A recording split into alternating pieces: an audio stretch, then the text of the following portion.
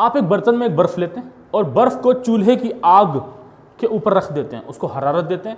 हरारत देने के बाद ये देखते हैं कि चंद सेकंड्स तक उसके ऊपर उसका कुछ असर नहीं होता, लेकिन फिर आहिस्ता आहिस्ता असर होने लगता है, बर्फ़ पिघलने लगती है, उसकी हालत तब्दील होने लगती है और पानी उसके बर्तन के अंदर बढ़ना शुरू हो जाता है।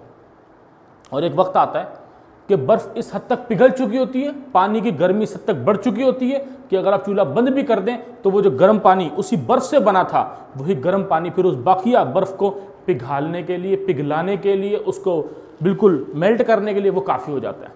यही ज़िंदगी है, यही कामयाबी का फ़लसफ़ा है।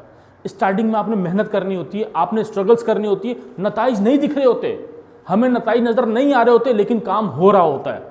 हथौड़े की आखिरी चोट से पत्थर नहीं टूटता, काम पहली चोट ने भी किया होता है।